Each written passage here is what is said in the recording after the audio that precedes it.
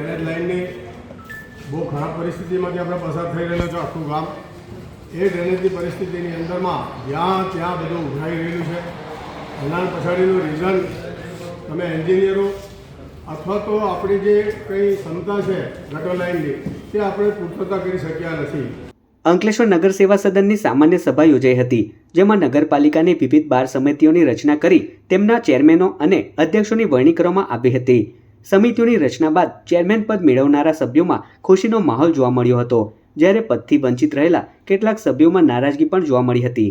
સભામાં કારોબારી સમિતિના ચેરમેન તરીકે રાહુલ વામજા, માધ્યમિક શાળા સમિતિના ચેરમેન તરીકે શિલ્પા સુરતી તથા ડિસ્પેન્સરી સમિતિના અધ્યક્ષ તરીકે દીક્ષિતા રાણાની વરણી કરવામાં આવી હતી. આ ઉપરાંત અન્ય સમિતિઓ માટે પણ ચેરમેનોની નિમણૂક કરવામાં આવી હતી. આજે નામની જાહેરાત થવાની છે. આ સૌ કાર્યકર્તાઓને જે પબ્લિકે ભારતીય જનતા પાર્ટી પર મૂકેલા વિશ્વાસ, આ વિશ્વાસને સંપાદન કરવા માટે આપણે જે કંઈક જવાબદારી મળે આ જવાબદારીને આપણે પરિપૂર્ણ કરીએ અને પબ્લિકે મૂકેલા વિશ્વાસને આપણે સંપાદન કરીશું એવી સૌ આજે જે કંઈક અધ્યક્ષ અને ચેરમેન જેઓ બનવાના છે તેમને ભારતીય જનતા પાર્ટી ભરૂચ જિલ્લા વતી શુભકામના પાઠવું છું. જે ચેરમેનો નક્કી થયા છે એમાં કારોબારી સમિતિમાં રાહુલભાઈ નાગજીભાઈ વામજા, માધ્યમિક શાળા સમિતિમાં શિલ્પાબેન કલ્પેશભાઈ સુરતી,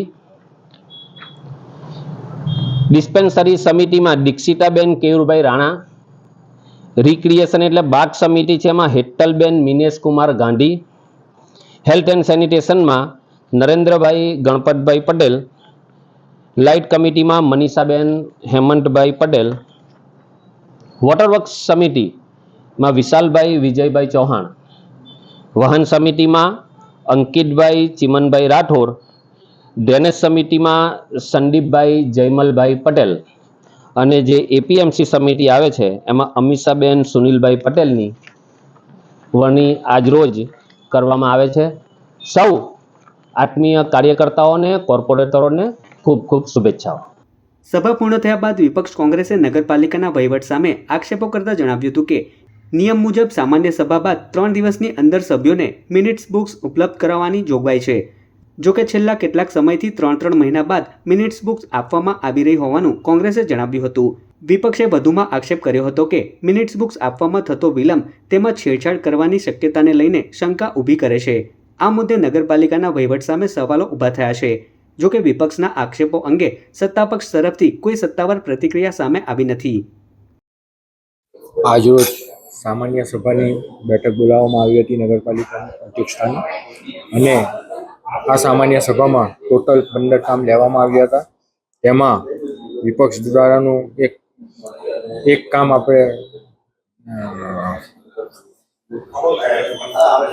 આપણે દફતરે કર્યું છે.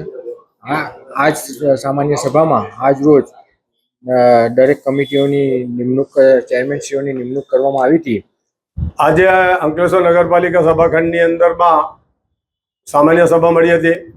એ સામાન્ય સભાની અંદરમાં 1 થી 15 સુધીના કામો હતા. એજન્ડાના કામોની અંદરમાં જે ચેરમેનોની વરણી કરવાની હતી, ત્રિમાસિક હિસાબ, વાર્ષિક હિસાબ અને અંકલેશ્વર નગરપાલિકાના ચૂંટાયેલા 11 વિપક્ષના સભ્યોને કેબિન ફાળવવા માટેનો એક પ્રશ્ન હતો. આ તમામ બાબતોમાં અમે પહેલા નંબર કામની અંદર મિનિટ્સ બુકની અંદરમાં ચર્ચા કરી કે ભાઈ મિનિટ્સ બુકની અંદર સુધારો પણ આપ્યો અમે બધા, હું અને રફીકભાઈના દરખાસ્ત ટેકાથી. તેની અંદરમાં મિનિટ્સ બુક જે 3 મહિને અમને આપે છે તે કાયદા વિરુદ્ધનું છે.